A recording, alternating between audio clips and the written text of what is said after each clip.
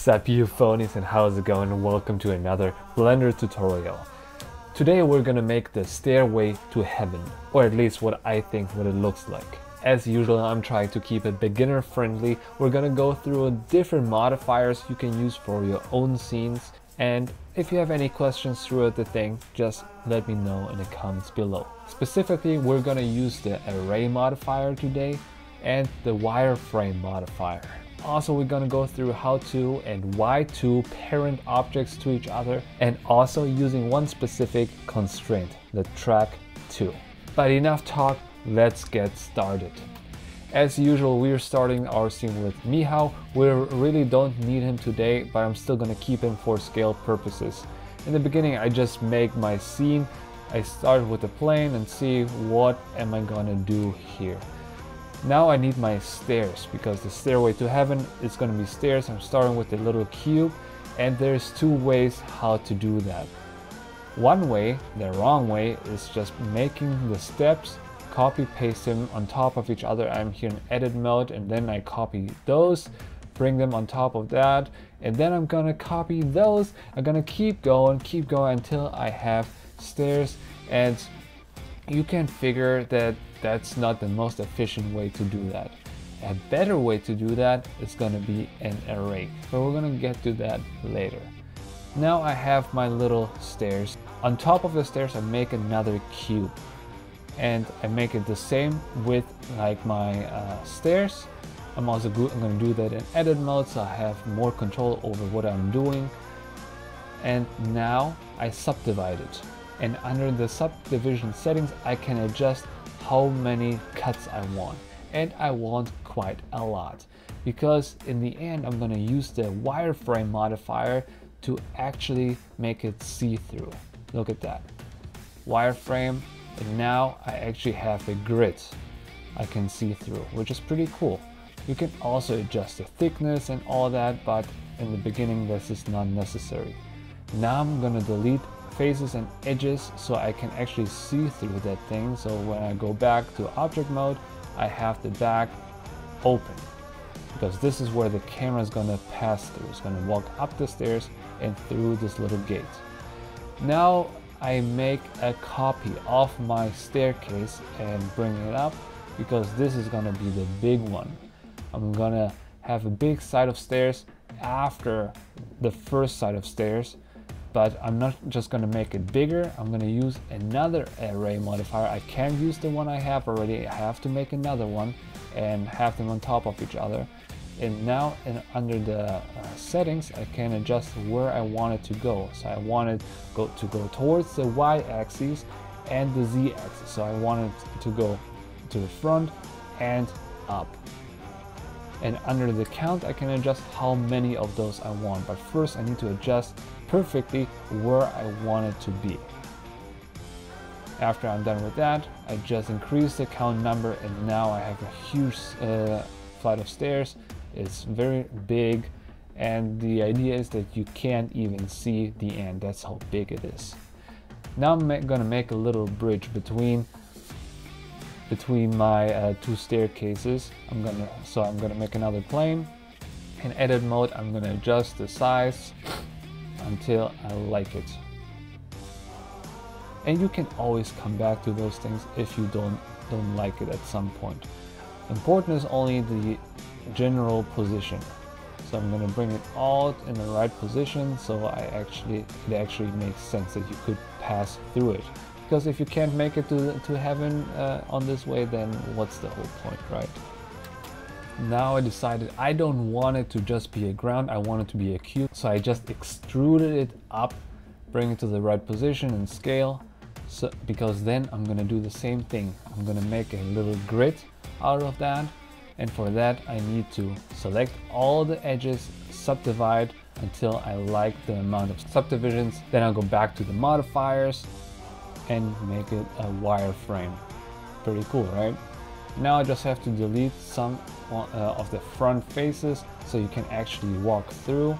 So I'm just going to select the faces, delete faces.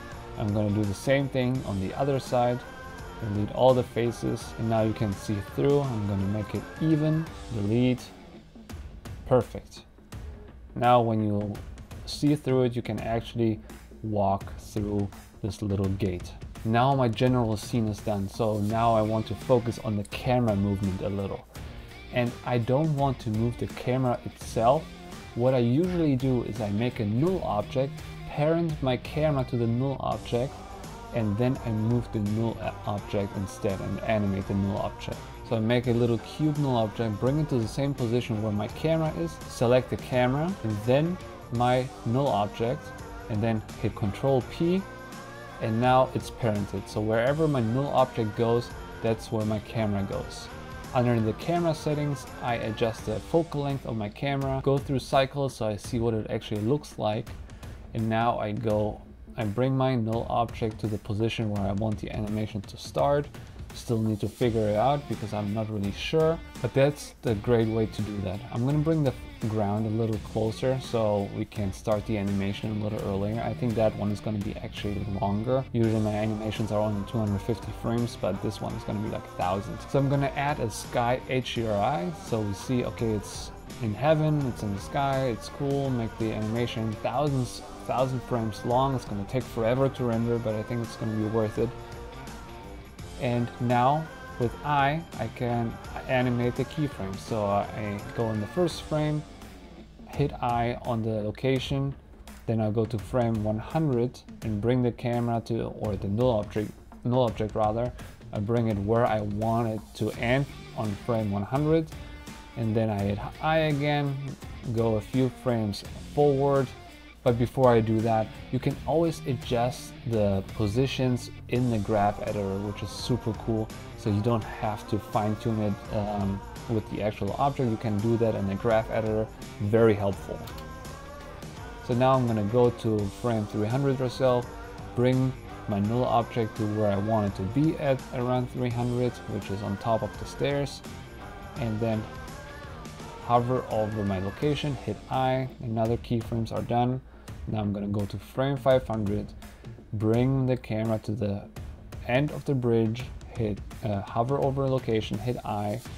Now I'm gonna make another null object for the rotation of the camera. So I'm gonna track the direction where the camera is looking at to a null object. So I don't have to rotate the camera on X and Y because that's not very organic.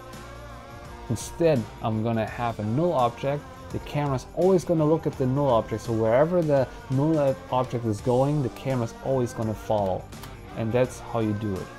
Make another null object, it doesn't matter what it is, I just use the arrow there. Now I select my camera, go on constraint, track 2, and under target, I use my null object as a target. So wherever my null object is, this is where the camera is going to look at. Nice. But also I need to track my another null object to my first null object, so wherever the null object goes, that the constraint null object is going to come with. That's very important. So now just go through the scene again where the camera is animated already. Now I just animate the constraint null objects to the location where I want the camera to rotate to. So sometimes I want the camera to look up. Here I want it to look down because I feel like it's organic. When you walk up the stairs, you very often look at the stairs actually you're walking on. Then I go just a few frames ahead, rotate the camera to the right because that's what I would do when I walk up the stairs. I look right or left just to check it out what it looks like. Go a few frames to the front and rotate the camera back, or rather the position, the location of my constraint null object. Look a little more down, and that's how I just go through it and make the camera look in different directions. There is no right or wrong, just don't make it move too fast, and also you don't want to suddenly look back or suddenly look up. If it's like a horror film or something, yes, you can do that. It's not a very stressful scene. We're going to heaven right now. It's not very stressful. So we're working here with smooth camera movements. And also I see that this piece there is a little in the way, so I'm just going to move it in edit mode so he's not passing through it. And now I'm going to make another ground. in top view, I can bring it to where I need it to be, scale it into the right scale where I need it to be. And really you can do that in edit mode or in object mode. If you scale something in object mode, you always want to apply the scale with Control A. That's very important. And now, you know what, I'm gonna give it a material too. I just found one like a green metal, but I removed the green. I just want it to be metallic. And then I just gave all my grids the same material, so I don't have to do it over and over. Shade smooth, so it looks a little smoother. Now I'm going to do the same thing with the stairs. I want the stairs to have like a concrete color or texture. So right now it doesn't look that good, but you can adjust a few settings in the node editor. When you give your object some materials, set it to box instead of flat. And also you need to adjust a little further left in the node wrangler when you give it a material. Instead of UV project, you want it to, the object goes to the vector. And then you just adjust the scale to your liking until you feel like, okay, that looks good to me. Now it's a little too rough. I want it to be like more shiny, like we're in heaven here, so it's like all clean and shit, right? Pardon my French. And I also give all my objects, all my stairs the same material. I'm gonna remove the color, and also I'm gonna adjust the roughness a little. I'm gonna add a color ramp between the texture and the roughness and increase the contrast a little just to make it shinier. So now it reflects a little, which I feel like it's more epic in that case. Not always wanted, but yeah. So now I'm gonna make a huge cube. Oh, by the way, if you can't see anything when you zoom out too far, go to View and adjust the clipping. Just add at the end a huge number so you can zoom very far away. Sometimes it's necessary with like those big environments. So what I'm doing here right now is just adding a volume cube. So I'm making a cube which is exactly the size of my scene. Sometimes it's smaller, sometimes it's bigger. Give it a material, delete the principled BSDF, give it a principled volume or a volume scatter. In that case, it would do the same thing. Volume scatter, connect that with the volume, anisotropy 0.6, and then the density to your liking. Usually 0.1 is cool, 0.01. Sometimes you want to go crazy, very hazy, then you can keep it on 1 or higher. But in that case, I'm going to keep it a little smaller, lower. Now you just adjust the scale of your volume cube. You only want it to be as big as your scene. You don't want it to be bigger because your computer is going to be rendering for longer than necessary. Just make sure what I just did wrong here, that it's actually inside the entire scene. But that's what it's going to look like when there's haze in the play. So you can already tell the computer takes longer to render all that.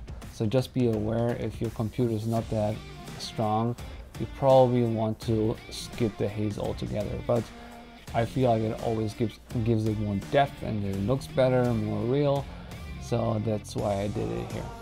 And once you have your animation done and you see there's problems, either you go to the graph editor, adjust your keyframes, or in that case I just add a few more keyframes while it's going from one direction to another direction where the camera is looking.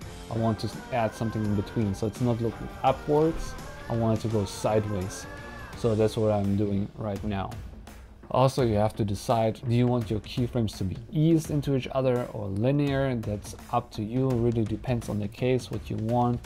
In that case, some of my keyframes I want to ease into each other, others are linear.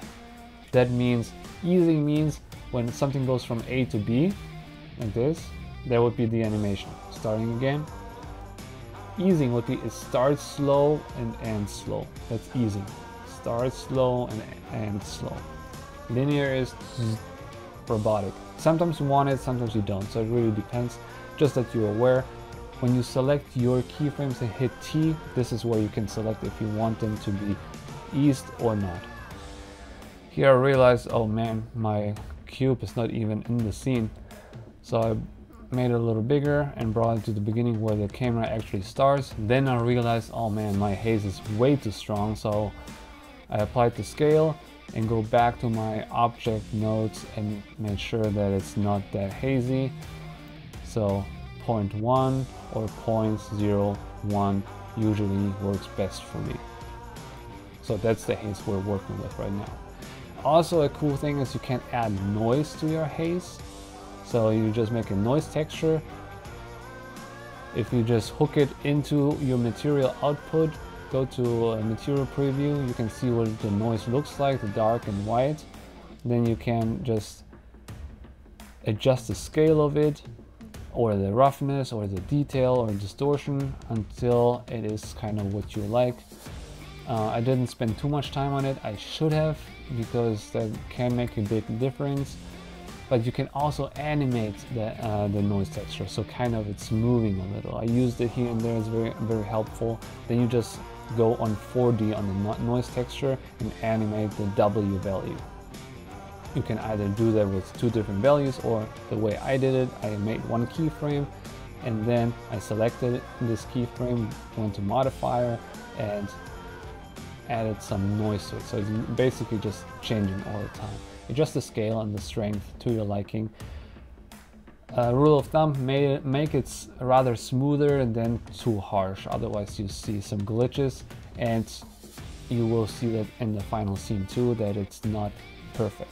You can add a color ramp in between those 2 nodes just to increase the contrast, to make it more dense or less dense, all to your liking.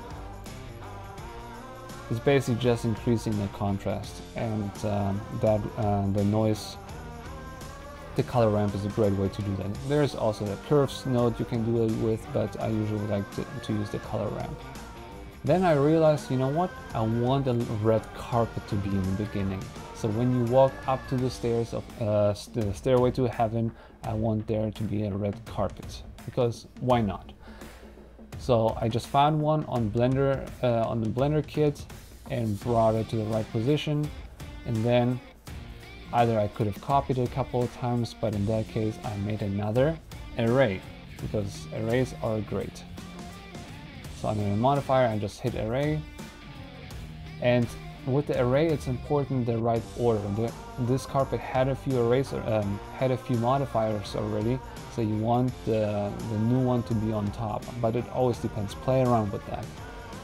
So now I can copy paste it a couple of times, make sure that you see this little gap in between. You don't want the gap to be there, you want it to be smooth, so make sure to find the right values for the Y factor to have it actually seamless.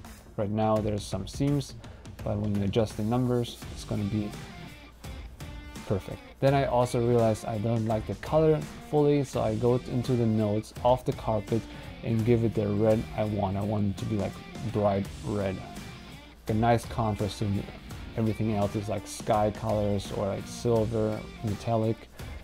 So that's what I did here. And that's basically it. That's how I made this scene, and now you can enjoy the final result.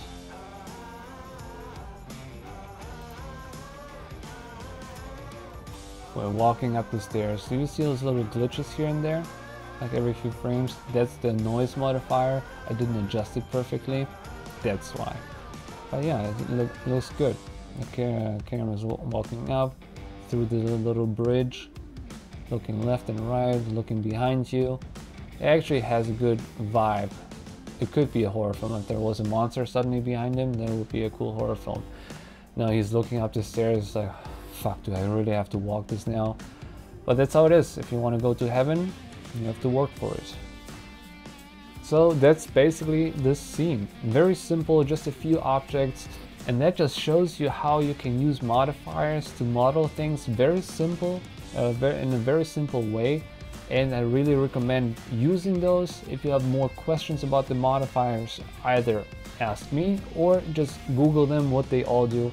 I definitely recommend it, because to make all those stairs myself, if I modeled that with like extrude, Z, Y, that would have taken a week or more.